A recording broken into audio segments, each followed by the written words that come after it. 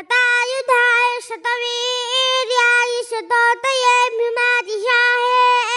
ये चत्वारः पथयो देवयाना अन्तराद्या वा पृथिवी वियन्ति तेषां अज्यानि मरीति मावः तस्मै नो देवाः परिदद्देः सर्वे ग्रीष्मो हेमन्त उत न वसन्तः शरद्वर्षासु वितन्न अस्तु तेषां ऋतूनागं शतशारदानान्निवात एषामभये स्याम इदुवत्सराय परिवत्सराय संवत्सराय कृणुता